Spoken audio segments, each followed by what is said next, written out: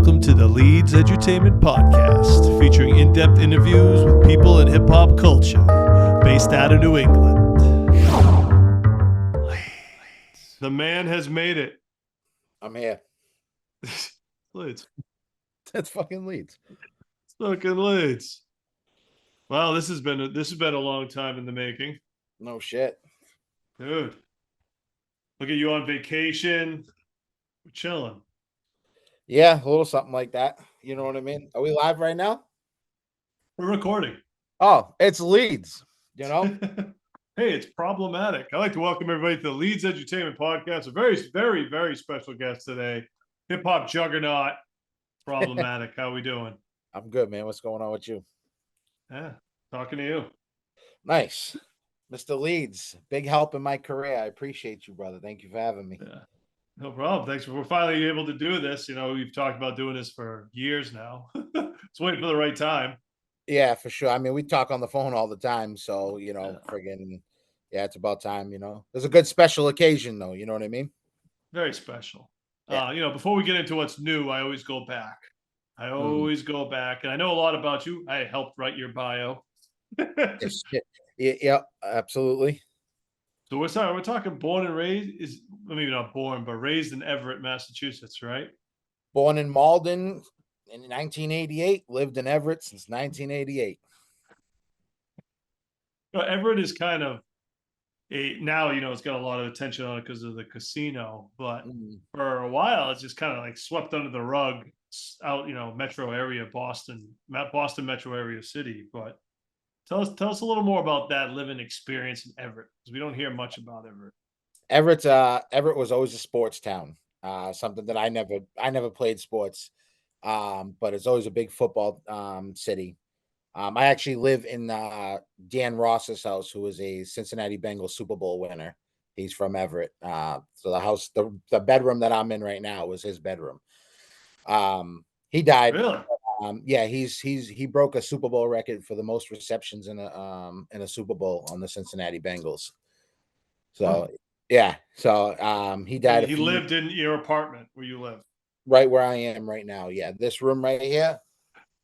Don't tread on Problematik back there. Don't tread on me. I don't know. Everett's small. It's 3 miles wide. There's it's all sports. It's everything else gets swept under the rug. If you weren't a Crimson Tide or basketball or hockey or anything, you kind of you weren't really in that spotlight. So it was kind of tough for me because growing up here, I was super shy at first, and yeah, I didn't play football or nothing, so nobody really paid attention to me, until later on when I started doing the music thing. Just stop you real quick. Why didn't you play football? Because I would imagine they wanted you to play because of your size.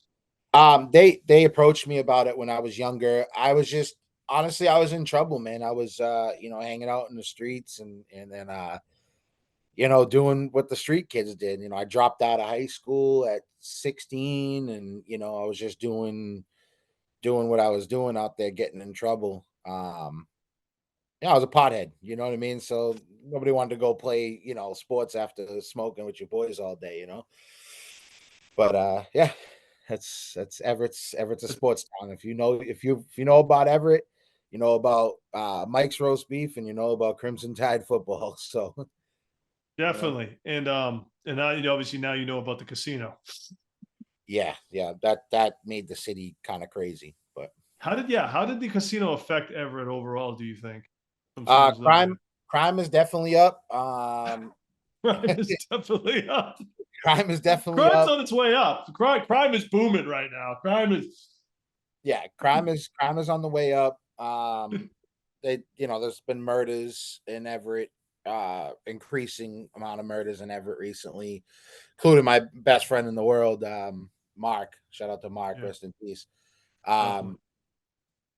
Honestly, it brings people from all over the country, if not the world. My girlfriend works at a hotel at the Four Seasons, and dignitaries from different countries and stuff come over here to go to this casino and stuff. And it just brings so many different, good and bad. So, Everett, it's kind of, I don't know, it's kind of industrial, like not industrial, but down the industrial area where the casino is, they're developing and knocking houses down.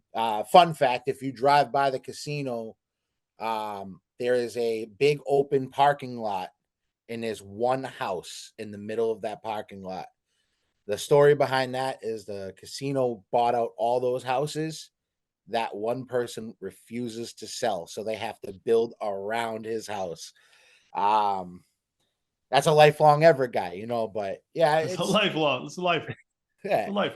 Ever it's life. different, man. It's different than when I was growing up.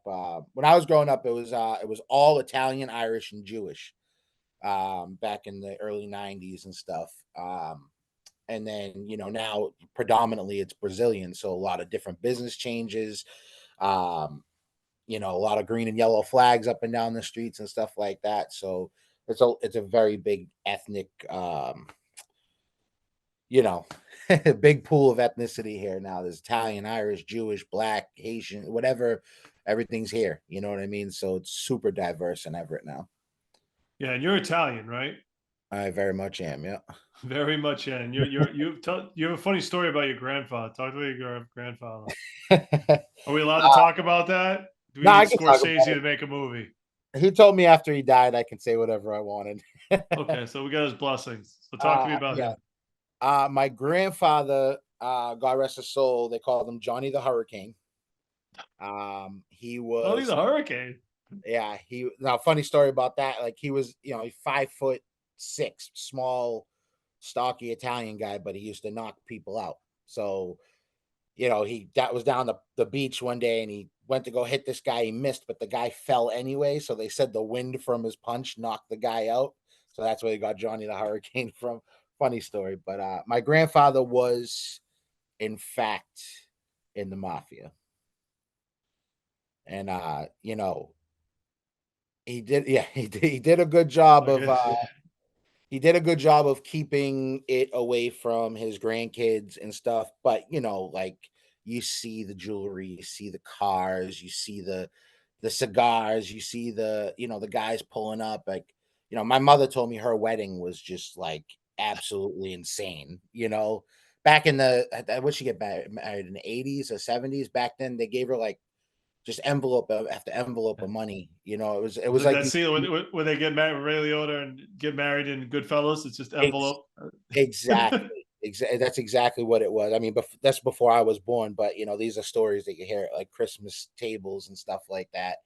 But my grandfather wasn't a bragger. He wouldn't go around telling you who he was, but he grew up on Salem Street in the North End. So did my grandmother.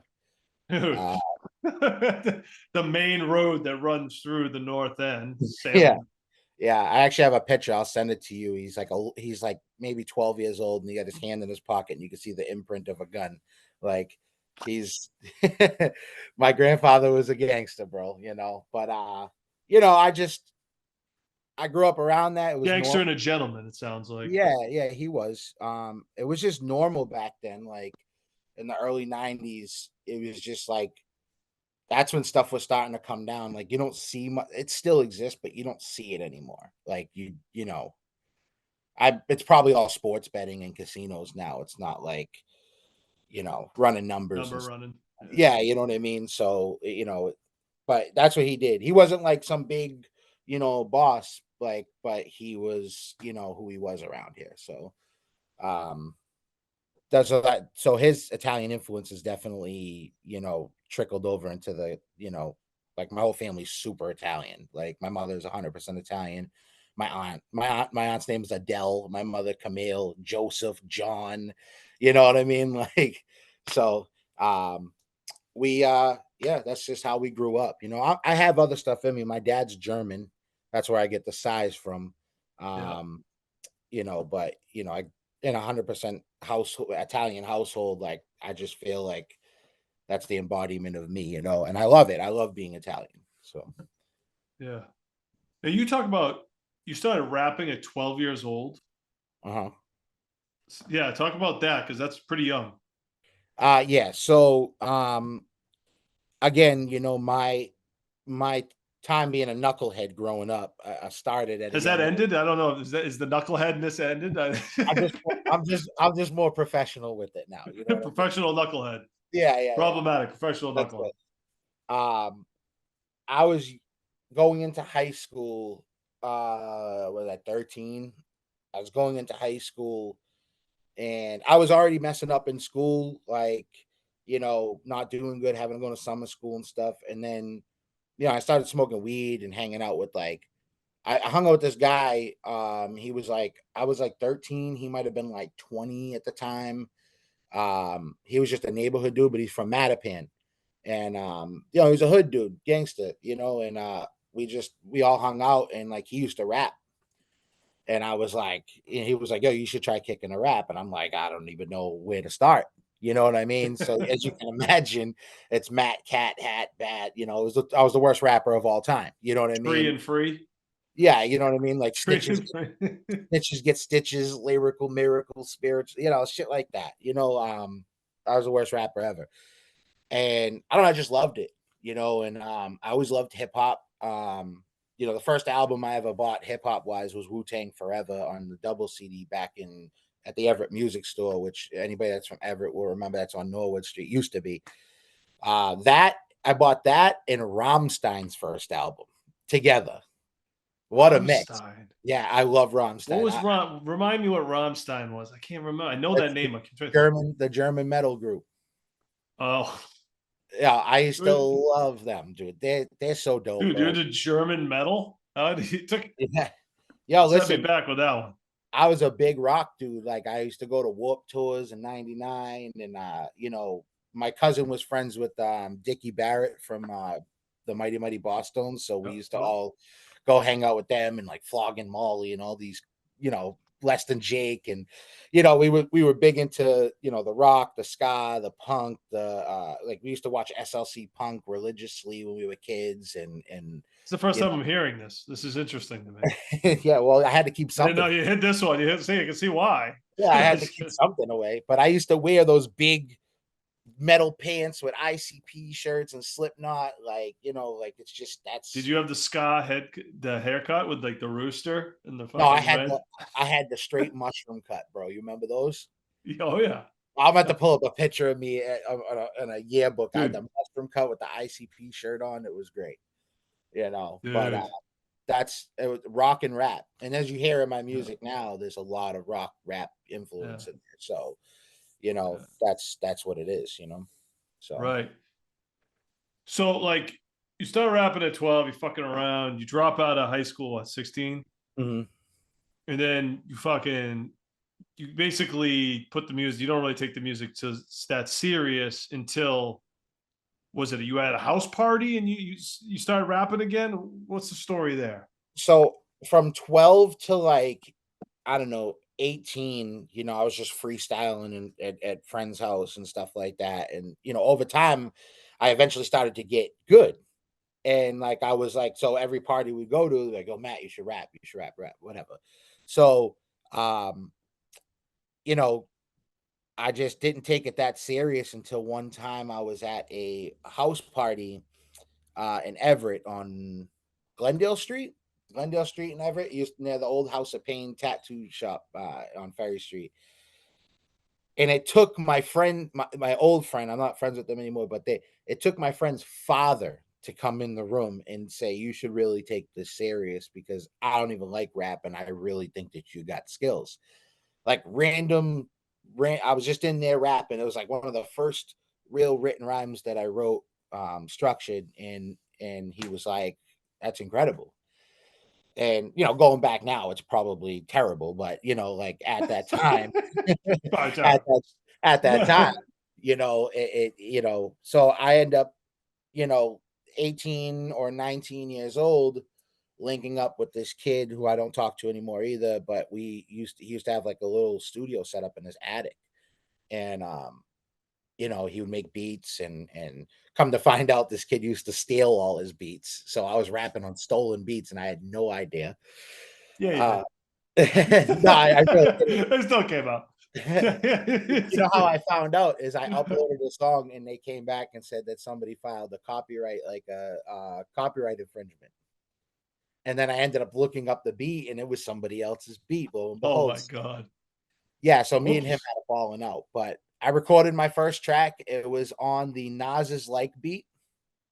Um, Nice. Nice Coming through beat. on the beat. It's Big Shot holding the heat, a thoroughbred. I don't even remember. I remember little bits of it, but I did that and I thought I was like amazing. I was like, yo, like this is crazy. You know what I mean? It was one verse too. Like, and everybody, I brought it to my friend. Now you got to think back in the day, like you did a track in a studio, like people in Everett weren't rapping. There was nobody. Yeah. There was like a couple people, but they fell off after high school, you know. But yeah, that's when I started taking it serious, and then yeah, I mean, it just it just kind of made its way to today, you know. And So your first rap name was Big Shot. my first ever rap name was Chaos. Oh, yeah, yeah. That's good. Chaos. Yep, Nice, Chaos. dude. It was CHAO with the dollar sign at the end. And Ooh. yeah, legendary, right? So First, uh first rap names are always the best. yeah, and then you know, I was part of this crew. We were young, we were like a little crew that we called ourselves the Big Shots.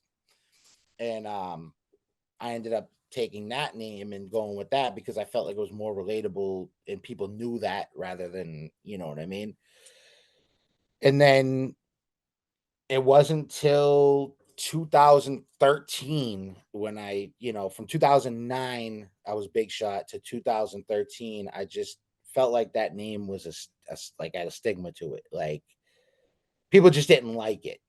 And I, you know, and I end up finding Problematic. As you know, my name is Matt Kistar, Matt, and the last name is Ki.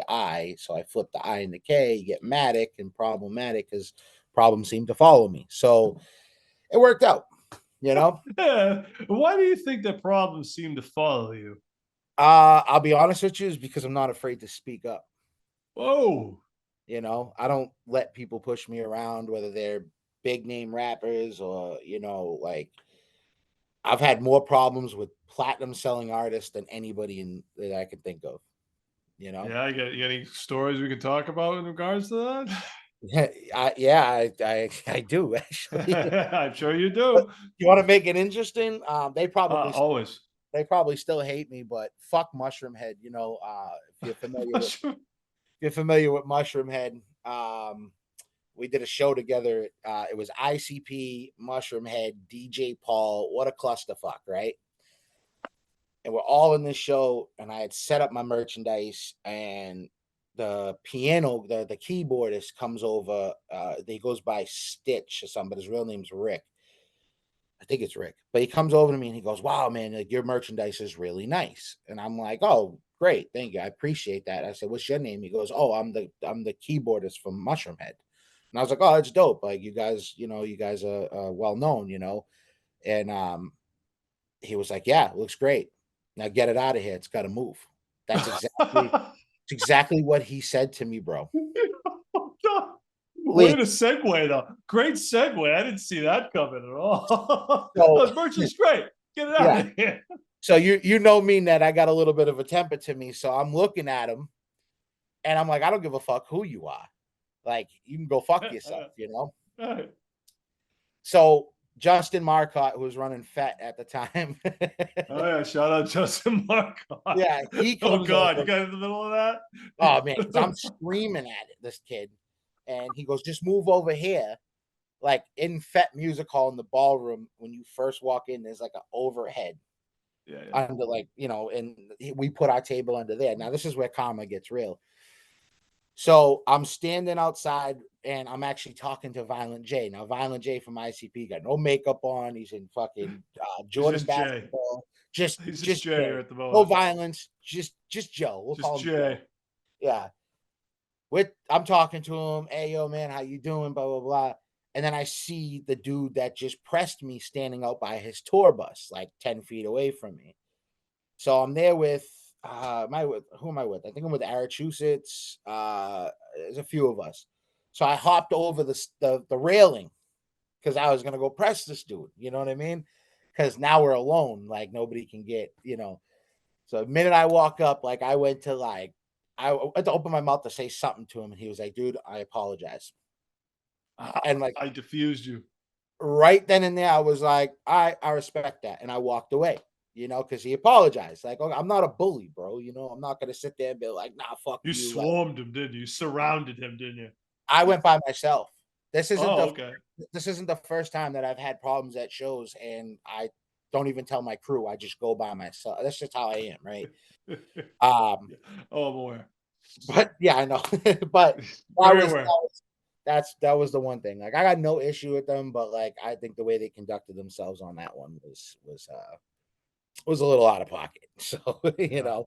but Uh, the the go ahead. the problem with being a unsigned, like not I'd say more regional than national, like those guys are international. They kind of look at you because you're not part of the tour package. They think they can just push you aside, and that's not the case. Not with So you. no, it's not. Not with you. No, Wrong I don't. opening act. I will get beat up before I will let somebody treat me like that. You know what I mean? So, yeah. So we've had some wild Yeah. times. So when you decided to take the rapping more serious, how did I meet you later on, but you had already kind of started hanging around the Boston hip hop scene. Like, what were you doing in the beginning before we met? How were you getting your name out there in the beginning? So I used to rock heavy with this kid from New York. Like when I first started coming to the game, I was obviously a fan. I'd support rappers that I liked. Right. Um, and I started following this kid named Sean Strange. And Yeah. Oh, yeah. I know Sean Strange. Oh, yep. yeah. So he was signed to Necro at the time, which Necro is one Yeah. of my favorite artists What was the ever. crew there? What was the crew they were called? Psychological. No, they were all there was a group they were all in. They had a group name. It's like Sean Strange, Necro, Hyde. It was a group name. I don't think Stranger's in that because like Necro is more like Circle of Tyrants. Is that what you're referring? Circle of Tires. Isn't that That all of that's them? that's Gore-Tex, Necro, Bill, and Hyde. Oh, Strange never. I don't think he released anything under PLR, but like this is right when I just that's met. what it was. PLR. That's what it Yeah, was. it's Fucking like PLR. Ah. yeah. Fucking PLR. So I Hustler. That I Sean Strange is a hustler, though. I got to give him that. He he no, fucking he works hard. is, and we had a falling out, but like there's no ill, between me and him. It just didn't work. It's tough when you're New York dudes and Boston dudes, and like, I'm just coming to the game. I don't even have a project or a song out, like, and I'm trying to get a record deal. Like, you know what I mean? Like, what was I thinking? Um, but I put my first project together, and I actually had it was all like mixtape shit, and I had a couple of his beats. When I do somebody else's beat for promotional or anything, I always buy the album, like Necro's instrumentals or Sean Strange has instrumentals. I always buy the high quality version. So I had bought a CD off of him. He actually performed with the night I got the CD was the night he performed with D12 and PMD, and I believe that was your show. It was. Yeah. So I had got the CD and I'm listening to the beats. I started writing to it and whatever. So whatever a project comes about. And then we had a falling out, but in that time I had met this guy named White Shadow of Norway. I don't know if you're familiar with Yeah, him. I know. I know. I know these underground names pretty Yeah. well. Well, Yeah, he, like he, Shadow. No, absolutely. I knew him from producing Narrow Grave for Army of the Pharaohs. So I was a big fan of AOTP back then. And you know, he put me on a track with Capadonna. That was like the first, like, this is crazy. You know what I mean? Like Capadonna is Wu Tang. You know what I'm saying? So this is crazy. So I'm like, cool, let's do it. So after that, I'm like, all right, I think I can do this. I did an open mic in Malden at the Ale House back 2010, 2009. 8 people at most, and I think that was including the bartender. You know what I mean? He paid. He paid. He paid rough. He paid rough. No idea. Like they like I had no idea what Sounds this like was. actually seven paid if the bartender was there. Seven Yeah, I like had paid. no idea like what was going to come out of the show. I go down there, I do this open mic, and it went pretty well. Like the 7 people that were there were like, "Hey, you're really good." Like da da da da. This is the crazy part about it. Like 3 weeks later, the guy that owns it hits me up. He goes, "Listen, if you think you can do a show, I'll give you the night. You keep whatever you make at the door." Okay. So I put out this event. Yo, I'm performing at the Ale House. Me, I don't know. I had a bunch of people come out. I've had ST the Squad come out, Prime Prolific from Jersey, like all these people. Like I've, you know, Sean Strange's crew I had out. Like, but the beginning, it was just me, Flying Cheese, my team. Now I wasn't even part of Fresh Baked at the time. I was just me, and we end up pulling 120 people. Like I was like, holy shit! Like the capacity was 96. So they had open like windows, big windows that open, and there was people on the street just watching from outside. It was crazy, but that was really where it started, and that's where I met JFK. And shout out to JFK.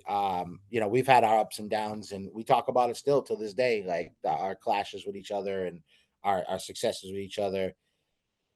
Meeting him, putting him on the shows led me to meet Rex, Terminology, Static, all these bigger names. And, I got to be in one of Terminology's video. We were actually at Wise P's house in Jersey.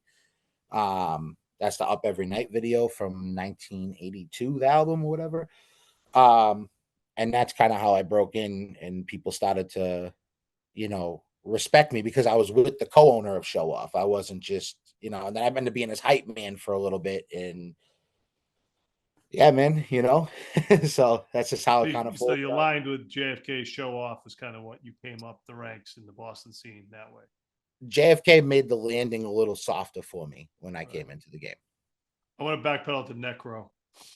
I want to go back to Necro Shout out to because fucking Necro. you are probably Necro's biggest fan in the New England area. Talk to me about why you like Necro. And I shout out to Necro. I've done shows with Necro. I have nothing but respect for Necro. But I want to know why you are such a fan. Well, it's funny like that we're saying this because I as I'm sitting here and You I'm show me looking all your. I'm looking next to me. I got fucking signed albums by. I got his whole fucking CD collection. Let's just be honest. Every official album he's ever put out, I have it. Right. I don't know where it started or how it started, but I know the album that turned me on to his. I heard him originally. The first thing I ever heard out of that circle was Nonfiction. The Future Is Now. Classic. Excellent album. Right. Classic. My boy Pat Finnegan, who used to roll with Stiz Grimy, Stiz, Everett Chelsea, we're right next to each other. Chelsea. We're right next to each other. So Pat used to hang out with my sister's, my nephew's father back in the day, and we were all at the house. And he's playing Nonfiction. He's playing Sean Price. He's playing, and all of a sudden I hear this crazy song. I'm like, what the hell is this? It was Necro song STD. You know, I'm like, it's all weird in the beginning. He's like, she's beautiful. And then he's like, he starts wilding out. You know what I mean? Like, he's screaming, the fucking bitch has syphilis. I'm like, yo, this guy is insane, right? I'm like, this guy You're is like, insane. ooh, the bitch has just syphilis. Yeah. Yes. I'm I like, this love guy this. is fucking insane, right? This is how crazy hip hop is, right? I'm like, this guy is insane. And then I start like listening to the Nonfiction album, and I'm like, yo, these beats are fucking retarded, bro. Like, this is crazy. Come to find out, it's mostly Necro beats, minus the DJ Premier and all that stuff.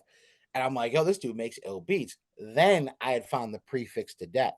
That album, I was like, bro, this shit is crazy, right?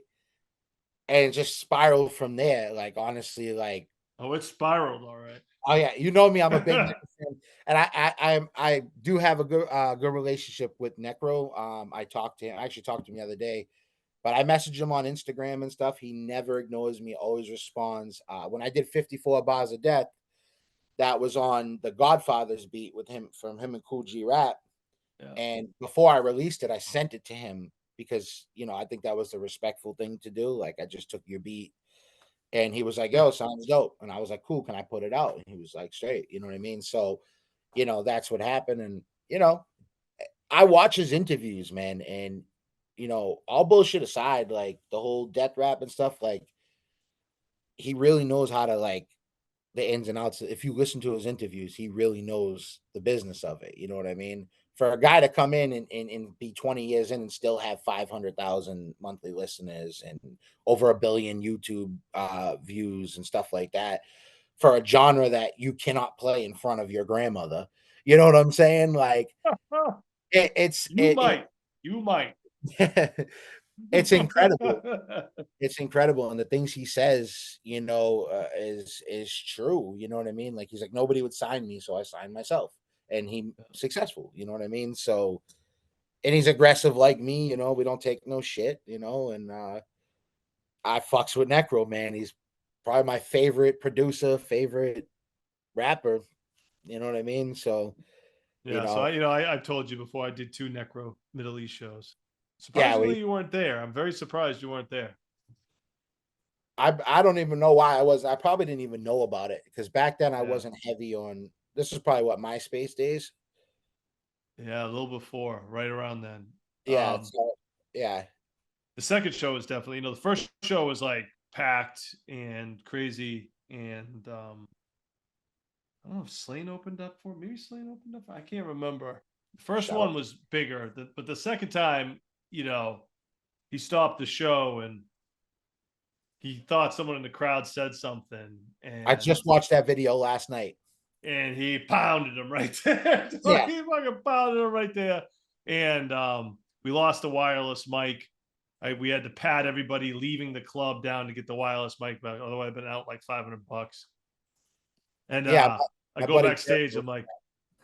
I'm like, bro. He's like, yeah, I know. I'm probably never gonna be allowed back here. And I go, I don't have to say in that. He's like, well, I kind of know I'm not gonna ever come back here again. And that was it. Yeah, I never worked with him again. But we stay yeah. cool though. Nah, yeah, he's a cool dude. Like, if like he obviously knows I support him, so like if you're just like a nobody, like somebody that doesn't even fuck with his shit, and you just hit him up to try to get some clout or try to get a feature or something like that, he don't pay attention to you. A lot of rappers are like that. I'm more adamant to respond to somebody who I know is a real supporter than somebody that just sees me on a record with Ill Bill or whatever and be like, "Oh, I want to do a record with him." You know what I mean? Like, I'm more, so I get it now. I get it. When I was young, I didn't get it, but now I get it. Like, so Yeah. many people hit you up, man. You just got to prioritize. Yeah. So So moving on, you end up opening for some big acts. You open up for Tech Nine, ICP, Twisted, Ghostface, um, Cottonmouth King, Slane, AOTP. You Bone really Thug, start opening it up for some, and yeah, a lot more, obviously.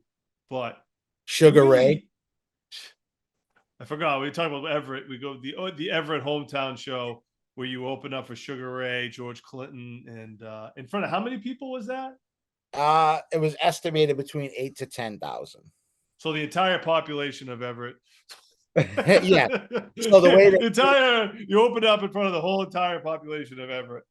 so Um, I felt like DMX at Woodstock, bro. Like, you're on stage and you're just looking down the street. If anybody knows what Night Shift Brewery is, that whole street was people all the way down to the DPW building, which is half a mile down the street. Like, crazy. You know what I mean? That was my biggest show I've ever done, and it was in my backyard. So, yeah, that's yeah. amazing. But you align yourself. Now you talk about coming up with Static and JFK and New York dudes. You kind of pivot and align yourselves with the Juggalos. Of You know course. what I mean? So, Tech Nine, ICP, Twisted, and you kind of find your audience there. Oh, there it is. There's the 2001, logo. baby. Um, I Talk am a about that. juggler. Yeah, yeah, yeah. So, Talk about aligning with that. Talk about that pivot. well, I don't really. I mean, is it? I don't know if it's a pivot. So I've been a juggalo forever, like my whole life. Like, it's. one of the things that shaped my merchandise game, the way the call to, how you say it, the call to action songs that I have that I see Call and stuff, response. Call and yeah, response. and they respond back, and that's all from ICP. And I just, when you're a juggalo naturally, you automatically, when you get in front of these guys, you know how to conduct yourself, with them. You could be the biggest rapper in the world, they'll boo you and throw shit at you. You know what I mean? Like, ask Redman and Method Man. They did they did the gathering one year, and ICP, they briefed them in the back, like, go, it's about family, it's about this. Method Man got on stage and said, fuck family, this is about hip hop. And then all of a sudden Oh, people are throwing shit, and what I mean? It's just like, it's a certain culture. The thing about the juggalo culture, before I get into my side of it, a lot of people on their way down from the top fall into the realm of us. That's why, like, KRS-One does the gathering, um, Bone Thugs and Harmony, like all these people that aren't like selling millions of records anymore, they still have a outlet in these shows because the Juggalo support them. Look at DJ Paul.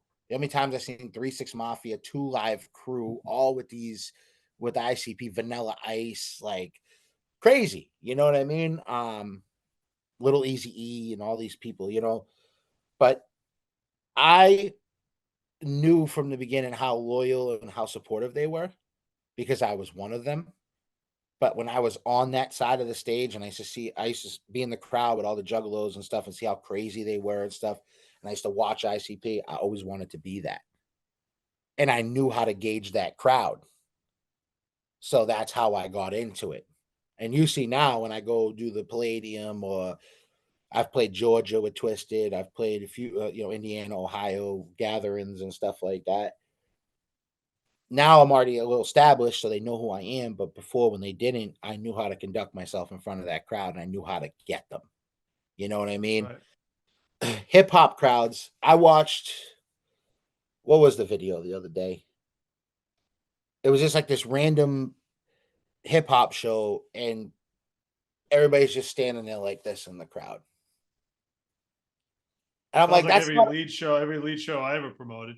no, no, no, No, no. no. I've had shows where people losing their mind, but I've had a lot where it's See, I don't get that. You know what I mean? Like, they're not moved. I guess not. Like, They're I not just, all the concert goers I know, they go to release and get the work week off their chest, and have work. fun. And These but when you guys are go to, employed. yeah, Employable. yeah. And then you go to like hip hop shows, at Leeds shows, and they want to kill you. They stand there like, you know what I mean? Give And you the it's like, ice grill.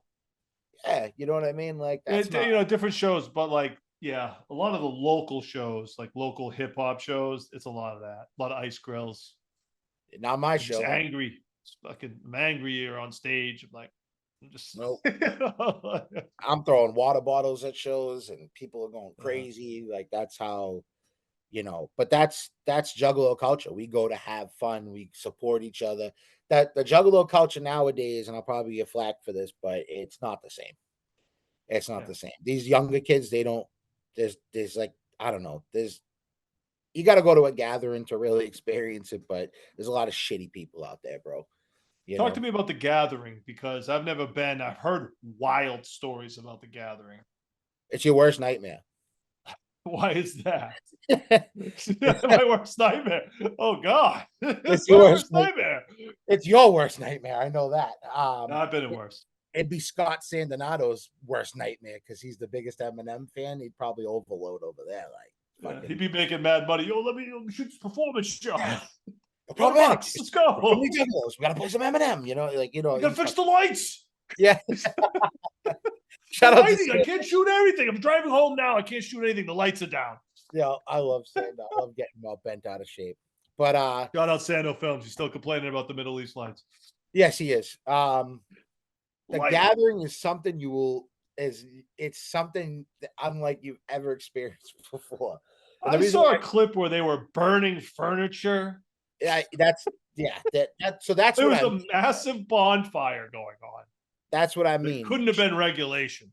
No, that's the thing is that that's the type of behavior that gets these places to be like, I don't know if I want to host this type of festival because I got to worry that my fucking medics are going to get their van turned over and blown up and shit. You know what I mean? Like, I'm just saying it's I think crazy. I saw some backyard wrestling going on. There's bare knuckle fights they have there. There's they have performances everywhere. But I think the craziest thing I ever seen was a girl on a leash and they threw a fucking bone and she went roof roof and went on all fours and picked it up with her mouth off the ground. I was like, where am I? You know what I mean? You're like, can I get your number? Yeah, no. Oh, Hey, listen, I rap. Can I get your number? I have a funny gathering story if you want to hear it. Arachusis is going to kill Oh, if I tell this. oh, then we gotta hear it at this point. All right. Arachusis, shout out to you, my Mexican brother. I have to say this, and he's gonna hate me, but psychedelics are big in the Juggalo world. I would say in the hip hop Shocker. world. Yeah, I How would about say, in the world, period? and yeah. So I'm with Massachusetts. You know, we had the show on Saturday night, but we were there Friday. So like, let's go check it out. You know what I mean? Like this is like there's our second one that we did. We did 2 years in a row. One in Indiana, one in Ohio, and we're in Ohio, and like it's already bugged out. Like it's all cornfields and fucking, it's crazy, right? So Massachusetts gets there and he's hilarious because he's a hustler. He buys all these cans of beer and puts it in a cooler. And he was sitting on the cooler with an umbrella selling beers to the juggalos, making money. He's such a hustler, right? Oh yeah. So I'm like, yo, I was like, I'm going back to the crib. I just got over COVID. I was like all fucked up. Couldn't smell anything, which was a blessing. Thank God. I lost Yeah, it my sounds like the perfect thing that you need at a gathering of the Juggalo. it was perfect. I get back to the hotel. Unbeknownst to me, Massachusetts may or may not have taken some mushrooms, right? All of a sudden, I get a phone call from Massachusetts, and he's like yelling into the phone. Hold on. Oh, He's like yelling yeah. into the phone. He's like, bro, I don't know where I am. I keep going in circles. I start out at that stage and then I walk and then I end up back at that stage. And like, he's like, you need to come get me, right? So I'm yelling at him. I'm like yelling at him on the phone, like, stay where the fuck you are, right? I get there, right? I go to where he was last seen, you know, Last scene. Massachusetts The last seen. last Massachusetts spotting. Yeah. And it's funny because that area is like the area where the most Bigfoot sightings have ever happened, right? So it's already fucked up. So I get there, he comes running out of the woods, right? And he's like, and I'm like, follow me, I'll bring you to the car, right? He's like on my hip, walking with me. He's like, thank you so much. He's all sweating and out of Thank breath. you. Do you have him on a leash at this point? No, I'm just like, yo, follow me, right? So me and my boy James, who you always introduce yourself to. That's where the whole It's Leeds joke Met came him from. 14 times, can't remember. Yeah. So we had just gotten pizza and stuff, and it was terrible. Ohio's got terrible pizza. So I'm like, I'm bringing our juice back to the hotel. I was like, yo, we got pizza. It's terrible, but you need to eat, right? So we get to the hotel. This dude is eating the pizza, walking back and forth, right? And he's telling us his experience, right? He's like, bro, I saw the devil. It was brimstone and fire. Bro, he was like, the devil was there. There's brimstone and fire. I said, you stupid fuck. That's juggalos having a barbecue. Like, what's wrong with you? You know what I mean? Like, That's the next act. He's on stage yeah. next. He's Oh, performing right shit. now. Right. So, in the middle of his outrage, he just looks at me. He looks at the pizza and he goes, this pizza sucks. Like, I don't know.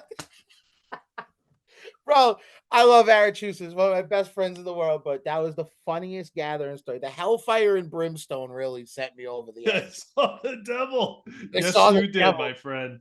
I'm not going to deny that. That's why I said it's your worst nightmare, right? Oh man, But that it is a was a good great story. experience. It was a great experience. We you know, we were hanging out with fucking, there was Suicide Boys were there, Ghost Man, all these Oh, crazy, jeez. Oh, yeah, get the all new these, generation there. yeah, Token performed there. I was like, what the fuck? Like, you Yeah. know what I mean? Ghostman set is crazy. They when he performed at the middle of the Sonia, it was insane. Like the Yeah. man, I didn't go to the show. The manager called me. He's like, everyone's flipping out. They're throwing shit left and right. I can't control the shit. What? I said, let him finish. Yeah, let him do his thing, right? But yeah, like Token was there that year, which is weird as fuck because I never thought I'd see Token at a gathering of the I never drug. thought I'd see hear KRS One at one either. No, but he killed it, and they put him on at fucking 4 in the morning, bro. Like, Ooh. why would you stick a legend at 4 in the morning? He should have been like before Tech 9 or something, like, or after, it'd be like at 8 o'clock at night on the main stage. He wasn't even on the main stage. I was like, what is going on? KRS One, 4 in the morning. I'm sitting back like, who am I? The MC, like listening to rap and shit. It's dope. But yeah, if anybody has ever been to a gathering, you know what the fuck I'm talking about. Don't act brand new. If you haven't been to a gathering, I suggest at least once in your life. You know, like they shoot Yeah, fireworks off in the mosh pit. Like it's fucking yeah. crazy. You know what I mean? It's- Like it's so the funnest, most dirtiest time in the world.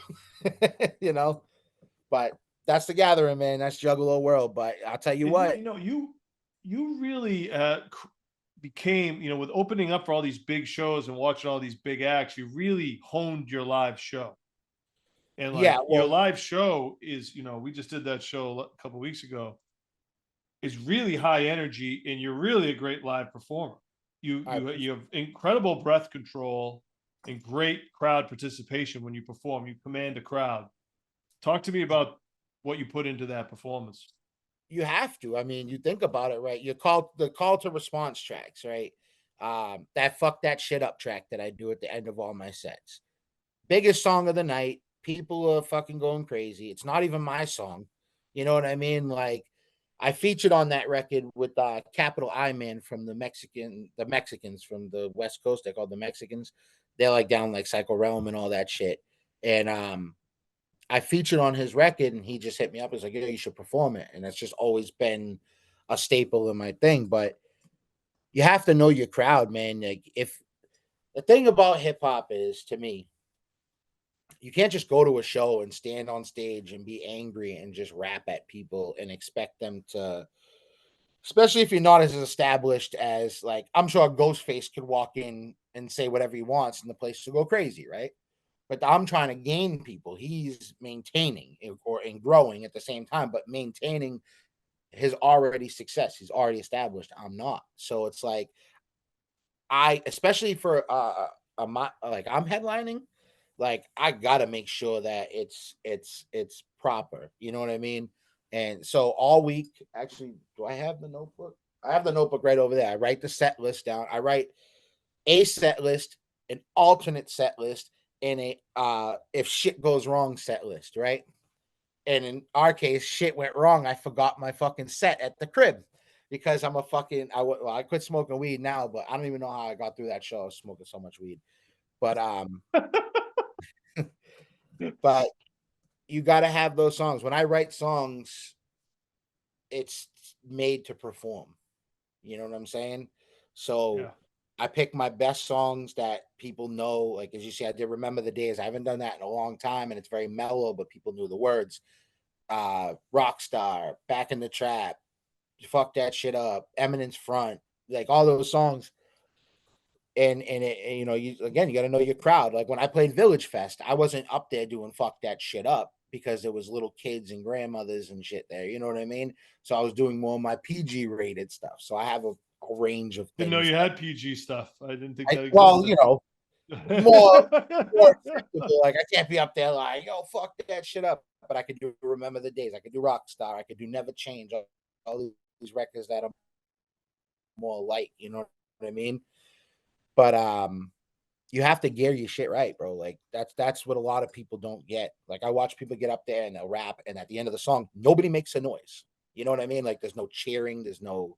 They just stare at them, and then they're like, "Yo, make some fucking noise! I didn't come all the way out here to fucking da da da da." And it's like, don't be mad at them, bro. Be mad at yourself because your shit's whack. You know what I'm saying? Like, You came up here with a lackluster set. What do you expect?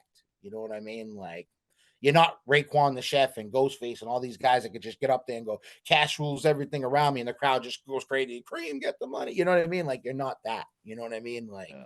and I'm not that. You know, so tailor your shit to your crowd, bro. Make fans. You know, a lot of people get over on pay to play. Pay to play is not a success, man. You can't, you're paying to get in front of a crowd that nobody knows you. So you can't expect just because you're on before the headliner because you paid $1,000 that everybody's gonna applaud you. You know what I mean? Like, you have to build that shit.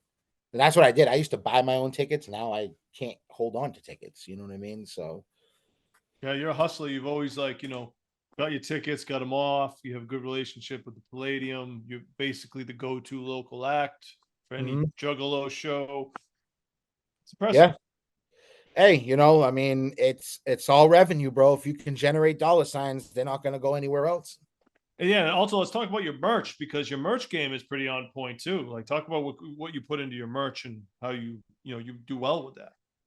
Well, I've been through numerous people for merch designs and print ups and stuff like that. And um designs are tough. Some people like the basic shit.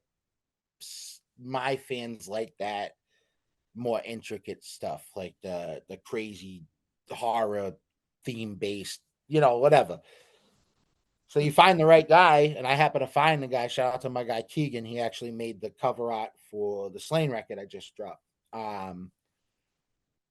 He just gauged it right. Like, he went and listened to my music. He knew the type of fans that I had, and you know, and my girl Jess, who made the blue zombie faces and stuff like that. She made those because she's a juggalo too. So she's like, she knows what it is. Merch is very important. People sleep on it. Like, you shouldn't be out there making cassette tapes and fucking, weird shit like that if you're trying to come up. That's a waste of money.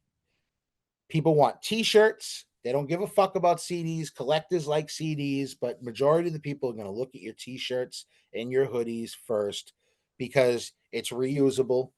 They can wear it whenever. You also have to think of, you know, like like I would say I can't think of the word, but like a lot of people put pot leaves and fucking, you know, vulgarity and stuff on their shirts and stuff like that.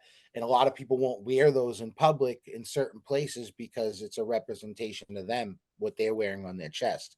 So if they're going to a school PTA meeting and they got a fucking weed leaf on their shirt, how's that going to look? It's Like, funny. you get But high. yeah, it's funny, but you really have to think about that. You know, Yeah. you want people to wear your stuff, so don't limit them to where they can wear it. You know what I'm saying? So, I just gauge what they want and I try to stay consistent with different designs and stuff. And you've seen it, bro. Like, I'll print merchandise up and I'll come home. I'll go with 4 or 5 boxes of stuff, come home with one. You know what I mean? And it works. My biggest night was the last Tech Nine show I did. We clocked like $3,000. You know what I'm saying? Like, Incredible. yeah, no, I'm used to making 100, 200, and even Arachusetts not even performing just because he's with me and people know him in the scene. He's clocking 500, $600 just being there. You know what I'm saying? So, Nice. and that's important too, is you got to share the plate with your friends. You know what I mean? But that was like our biggest night, and I was like, holy shit. You know what I mean? Like, now we gotta keep it rolling. I think I'm gonna give you props right now because I call you a lot for everything that I do, right? Maybe y'all don't know that, but Leeds Yes. helps guide Problematik, and because I'm very all over the place. Like, I'll think Oh five yeah. albums ahead before a song even comes out, and Leeds gets on the phone. He's like, one song at a time, Matt. One song at a time. Let's do this. Let's do this. So, it always helps having somebody there to guide you. Hey, what do you think of this design? What do you think of this song? What do you think of this beat? What do you think of this feature? What do you think of, especially when you're not a rapper, even though you have the greatest rap line in history, you know. Styles going down the drain. I got the lyrical plunger. Bars, bro. Ooh. Yo, right then and there, Yeah. bro, if I was like Warner Brothers, I would have signed him. PMI. Bring it on. But yeah, and it's funny too because you'll call on me with your merchandise stuff, and I'm Yeah. like, it's cool. It's like a good relationship. Like I'm very Oh, your successful, merch game. I learned a lot from you with merch, bro. Your merch game's fire. dude. The all all the way down to the packing it in plastic, putting the size sticker on it. I have bags, plastic bags. So when you buy merch, I put it in your bag. And if you don't want to hold it all night, you could pay me $10. I'll coat check it for you, bro. Straight up. That's free game Hustler, for bro. everybody out. Hustler. Everybody out there, that's free game right there. But Arachusa yeah, stepped his game up. He's got the lights now. He's yeah, got the fucking the little lights. He's got the hangers and the fucking bags and yep. the He I learned was like, yo, He learned all that he's shit from me. We really were at going my house ham with one it. time, and I was packing up merch, and I was putting it in the plastic sleeves and with the sticker labels on it. And he's looking at me, and I go, "Bro, this is the way." I go, "Think about it. These drunk motherfuckers come to your table. They have drinks Yeah, in their hand. spill. They always put their drink on the table. I don't allow that. I pick their drink up and I move it. But I've had people spill alcohol and stuff on the merch table. Yeah, If it wasn't for those plastic bags around them, the merch would have been fucking ruined. right. So it's, the little extra overhead goes a long way, Absolutely. so that's, again, if you're on my team in my circle, everything I learn, like things you teach me, I teach them. You know what I'm saying? But I don't know what you do with them fucking algorithms, but whatever you do is really good. Just play Yeah. to him. We Yeah. reconnect. We did some shows. I had you on Ghostface. The legendary show obviously is when when you were opening up for Says Crew and who was it? Says Crew and Gmo Ski. What was Yeah. the Gmo. yeah? And Jake calls me. He's like, dude, Problematic just punched the host in the face. Poor Jake. Like, poor Jake was Jake. like, Problematic just punched the host of your show in the face. What do I do? I said, don't do anything. Yeah. Let him go, No, but and that's a crazy story because that was 2016. I call you. I go, hey, Rocky, Yeah, Rocky. can't punch the host. It's bad when, and I didn't stop working with you, but it's bad. I've seen too many shows when the act punches the host and I'm completely unfazed by it to the point where I can have a civil conversation about, please Yeah, don't do that again. and what's crazy about that is me and that kid, we had such a rocky. At first, we were really cool, then we weren't. I had seen him recently, and I'm not proud of the situation that happened. That was a hard time. I was going through stuff at home with my home life, and then he had trickled over into it by disrespecting me in front of my girl and stuff. Ooh, I seen him recently. We shook hands. Everything is cool. What I mean? Like I don't rock with him still, but like, at the same time, it's like that door is closed. You know what I mean? Like it's not worth it. Like so, whatever he's doing, I hope he's successful in it. It is what it is. You know what I mean? And I don't apologize for the situation, but thinking back at it as a man, as a professional, it probably shouldn't have happened that way. Because if you weren't who you were with me, I might have not got back onto a show. You know what I mean? So you think about the consequences of things like that, in the moment you don't think about it. So yeah. But yeah, that was a hell of a night, you know. But a lot's changed since then. I'm a lot like I have to think a lot more now. I'm a licensed gun owner. I don't want to lose that. I'm a big 2A yeah, advocate, you know. Um, I'm big into that stuff. And one false move, they'll take everything because once you're licensed in something, better. You have to go through training, you have to do it, so I protect that, you know what I mean? And I protect those luxuries as an American that I have. So right. fighting somebody because he told me, So now she'll shoot you instead of punch you. no, well, There we absolutely not. go. Dance, Absolutely not. motherfucker. Bang, Yeah. bang. You try to hurt my stepkids or my family or break in my house or try to kill me, yes. But no, like I don't even want to fight anymore, bro. I don't even want to do none of that. Like you want to talk, say what you want. I don't care. Say what you want. You know what I mean? I got Yeah, kids to go home to. You know what I mean? So I can't be out there throwing hands with people, over stupid rap shit. You know what I mean? So feel it's that. not worth it. you know.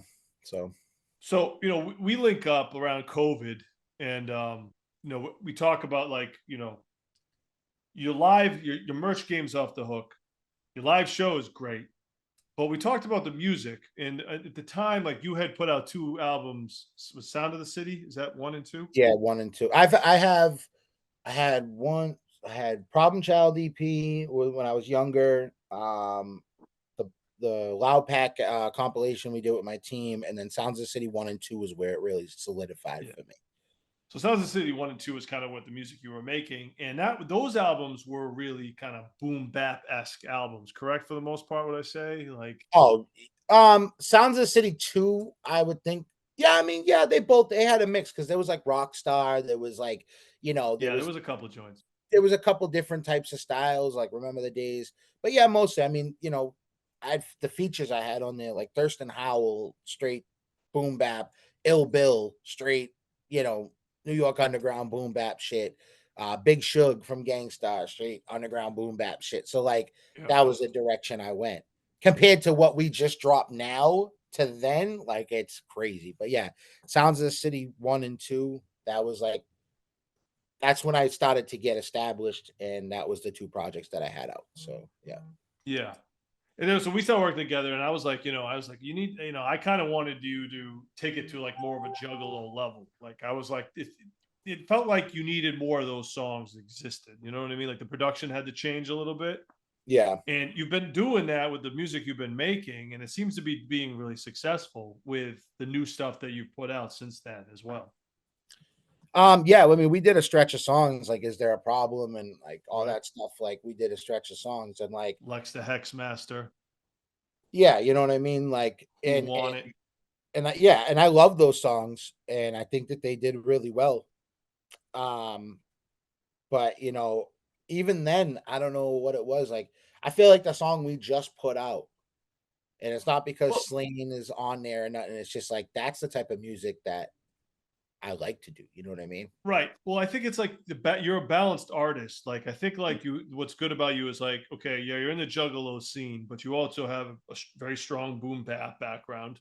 Mhm. You have music background, so it's like, you like music outside of hip hop, so you have that influence in you. Yeah, You got good songwriting skills, so you can write, like, a good reflective track, like we did with, like, Learn to Suffer. great And song. and then this latest one, Tell Me Why, featuring Slain and Block McCloud. Talk about why Slain, why you wanted to do this. Talk about this new single that we got out right now. Tell Me Why. Well, before we get into that, I mean, Learn to Suffer, that you brought it up, that's my Yeah. biggest stream song. You know what I mean? And, you know, I always liked that beat. And, I never used it. I wrote to it before a different thing, but then you had hit me up. Like we were supposed to do a whole project called that, but I think organically the way it worked out the best. And Learn to Suffer was kind of where it set it off for me because we did all that boom bap and Who Want It and aggressive and you remember the Who Want It video that was Yeah. fucking automatic rifles and it was crazy, you know. Yeah, I know. I got yelled at for holding an automatic weapon. Yeah. Put the So gun down. yeah, Finger those are off the great. trigger. Yeah, those are great. Like they're great, but how do they stand the test of time and what are their replay value? You know what I'm saying? So like I'm thinking like, okay, they were good. They did 3,000 streams, 4,000 streams. And then we got Learn to Suffer, which is a conceptual track with me and Block, and it's well thought out. There's background vocals. There's this 25, 30,000 streams. You know what I mean? And Yeah. it's like, okay, so what works? Is it the I'm gonna fucking kill you, or am I gonna rap about my real life and be relatable? You know what I'm Yeah. saying? So they'll Sometimes tell you me, don't know. no, you Sometimes you don't don't know know, what's but going to work. historically, I'll listen to more heartfelt music than I will just, Rah rah. rapidy rap. Yeah, yeah. I mean, so tell me why. I was sitting on that beat for a little while. Shout out to Eddie Ruxpin. A lot of people who don't know Eddie Ruxpin is Dirtball's DJ, and he's also formerly of the Cottonmouth Kings. Um, They which brought I him just on. found out recently. Yeah, my secret weapon. Seriously. Yeah. I'm like, so he produced Back in the Trap for me, like a couple songs that I did, and then he's just a super cool dude, you know what I mean? Very low key. And he had sent me this beat and I heard it and I'm like, wow, this is dope. You know what I mean? And I had it for maybe a year just in my email, just chilling. And I ended up having some extra money. I got like a bonus from my job or something. And I was like, I remember I had talked to Slane prior and he quoted me to get on that. And I was like, cool, it's manageable. You know what I mean? And so I hit him up and I sent him half up front. And I said, hey, here's this. I'll send you the track when it's done. You know what I mean? And then writing the track, my best friend had just got murdered in front of my house. You know what I mean? And it was a tough situation. That's why the whole, why we teaching kids to kill, we should teach them how to love. Because the kid that killed my 45-year-old best friend was 15 years old.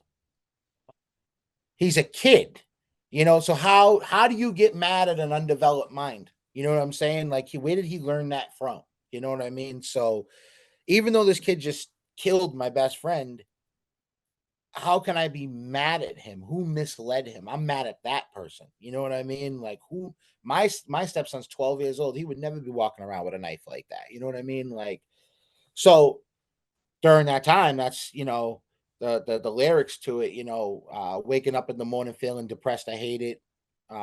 Stuff like that. Try to smile, anxiety, like my chest is caving. Like, that's how I felt with that situation. And then I just I know Slane had put out an album that was real heartfelt before that. You know what I mean? Like, really about his recovery, and I just felt like he was the right person in his zone at that moment to get on that track. Oh, So I recorded my stuff, I sent it to you, and then I sent it to him, and then he sent his verse back. We recorded the same studio, me and Slane, with the same engineer. So it was real easy. He just showed up there, bang, Archetype had it. I went, whatever, so on and so forth. And then Block and his daughter are on the track, and it was supposed to be XL at first, but I just felt like Block had the more of the voice. XL has a very gritty, like growl, raspy type of singing voice. You know what I'm saying? And I didn't think that was the right fit at the moment. Um, so that's the story behind that. And it's doing well. I mean, I just checked it. What's it been out since the 16th, and it's just cracked 3,000 streams. So I mean, yeah. that's good. You know, Yeah. It's a good it's very song, good. man. You did a great job with that. Shout out everybody that was involved, man. Yeah, I just want to say Slane, man, like such a nice guy, man. I met him back in his heyday when he was not who he was now. Not And so nice, Lane. he was always nice to me. I mean, him, KO, all them DMS guys were always nice to me. Um, but you could tell he's a different human. Such a Right. different human. You know what I mean? Like what he does for his community now and stuff. He's not like one of those, yeah, I'm in movies, I'm in this. Like, he's super humble, super nice guy. Shout out to him, man. Anytime I message him for advice, to listen to something, he always listens. Posted the record, you know what I mean? Like, I got my money's worth out of that, and I got a friendship with him, you know what I mean? So it worked out, and Slane, you think about Boston rappers, I think Slane is probably, I don't know, the biggest name. You know what I mean? Great artist, man. I mean, Guru, you know what I mean? Like Gangstar, like, Yeah, yeah, I I don't mean, really, I know Guru's from Boston and all that, and he's from Boston, but I don't really consider him a Boston rapper, even though because he's so he defined the New York scene. You know what I mean? yeah, Like yeah, Gangstar is a New York act. It's not, even though I'm originally from Boston, but all the albums were pretty much made in New York, and they defined that era. yeah. So I It, always the kind way of like, the way it worked out was crazy. Him coming from Boston, yeah, homeboy coming from, was it Houston? Is that where he's from? yeah, Texas, yeah. I mean, Yeah, don't get me wrong. I think that the Boston Guru being from Boston is what make the music better, but it's you know what I This mean? was more of Like, a New York presence, yeah. Like, but you it's I know, think it's more of a New York thing. I mean, for Um, representation in Boston, I've always been like Ed OG. Ed yep, OG is like my favorite Boston rapper. yep. Um, you know, good friend of mine too. Like he's such a nice guy, man, and he's humble. Um, a lot of people talk shit about Benzino, but RSO, wise guys, made men. You can't. How can Did you you take see that the away? Benzino? Did you see the Benzino interview? Yeah, I I defended heard it's a shit Benzino. show.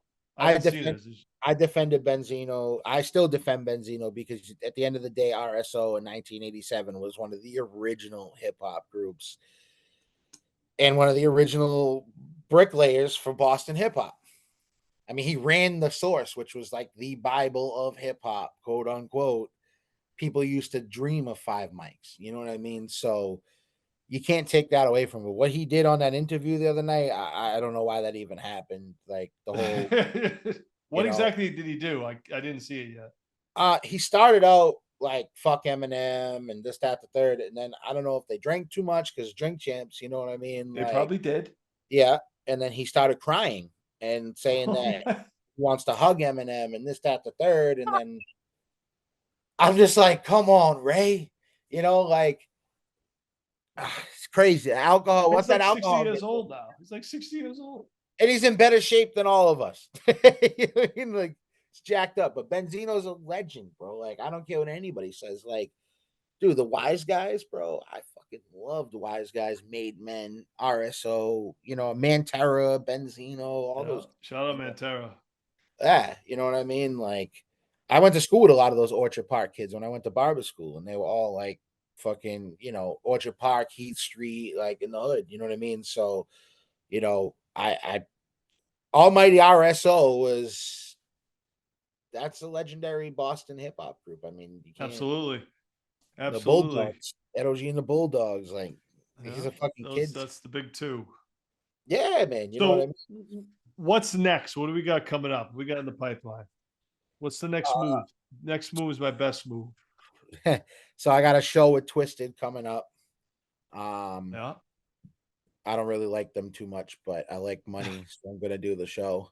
Um, Brutally honest, problematic. I don't I've really had like some. them, but I'll make money They with you. used to be my favorite group growing up, like them, ICP, like, and then like I don't know. I got mixed in with them and I was doing shows with them and I was talking to the CEO a lot and trying to get signed. And then they didn't want to sign me and that was cool. And like, I don't know. It's just the way they went about things. And then at the last show we did, they tried to kick my hype man out, my former hype man out.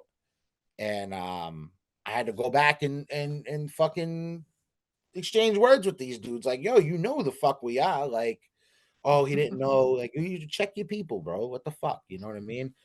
So, but it is what it is. Part of the contract for the show is that I can't have my people backstage with me. Sounds like a setup, doesn't it? No Suicide Squad, no Fresh Baked, no Nope. fucking nothing of that shit. Yeah, I don't need anybody. I'll be by myself. You know Yeah, what I you mean? don't. You really don't. But I got the Twisted show coming up. I'm doing when I get put on those like Twisted shows and stuff. I don't even look at it like I'm opening for Twisted. I don't give a fuck about that. I give a fuck about because we share the same fans. You know what I mean? So it's the Problematic show. You know what I mean? So I got that on 420. I actually just got. You remember a group named Hightown Records? No, B B maybe. Loco. Sounds familiar. They're from Worcester. Maybe. They do Tammany Hall all the time. I remember Tammany Hall did shows there. Yeah, they just hit me up about their Blazed and Confused show that they're doing at Electric Haze. I think I'm going to do that. But as far as Nice. music goes, I have a few records. I have a record that I want to put out next. It's produced by the Archetype. I think I'm going to get that one rolling. Um, you know, Shout out to Ed OG. We've talked about rocking a record together. You know what I mean? Yep. So definitely going to make that one happen. Just rolling out one single at a time, and keeping the momentum going. I mean, there was a time in my life where I had 92 monthly listeners on Spotify. You know what I mean? And Yeah, you've now, jumped up a lot. we're up to almost 5,000. I mean, that's in the spectrum of established rappers. That ain't nothing, but for people that are like me, that are underground, that's good for me. 5,000 people listening to me every month. Cool, I'm with that. You know what I mean? Not like you, Right. Mister 14,000. I see you, big dog, big boss. You know what I mean? We're all just slowly climbing the ladder over here, brother. Honestly, bro, like I think since you were the GM at the Middle East for a while. I remember that very stressful job. Retail, any type of form of retail, food, anything like that is very Any type of stressful. management. Any type of management is. I mean, I'm a store manager at Stop and Shop, bro. I command 150 plus people a day. You It's know a what I'm lot. saying? So like, it's not easy.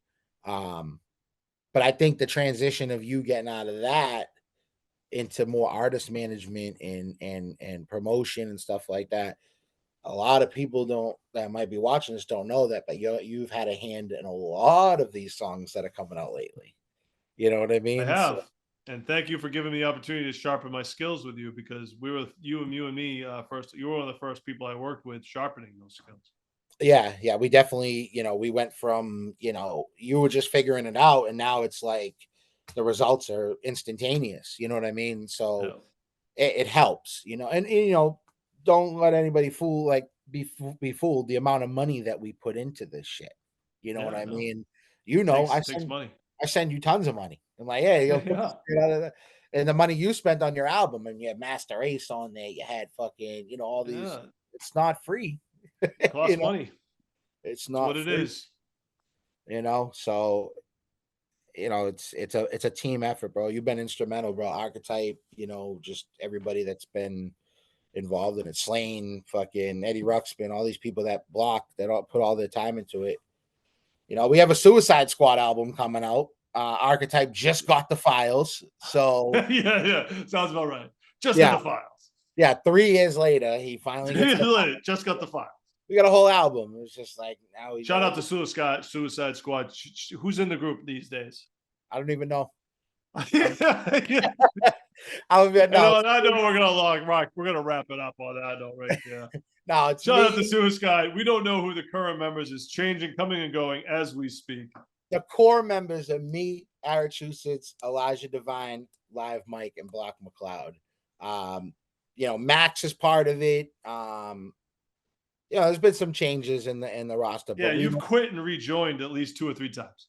like 4 or 5 times. Yeah, You know what I mean? yeah. The reason being is you got. I don't even know how groups like Wu Tang worked. You know what I mean? Because you have so many people in the room that just egos and I'll never do a group project like this again. I'll never do it. We'll see. I'll never do it. And on that note, I'd like to wrap it up. But thank you for listening to the Leedz Edutainment Podcast with very special guest, Mr. Problematic. Check out other episodes online. Thank you, brother. Always pleasure. Always, man. Thank you for finally having me on here. It's about time. Yes. And it was legendary. It's just what I wanted and more.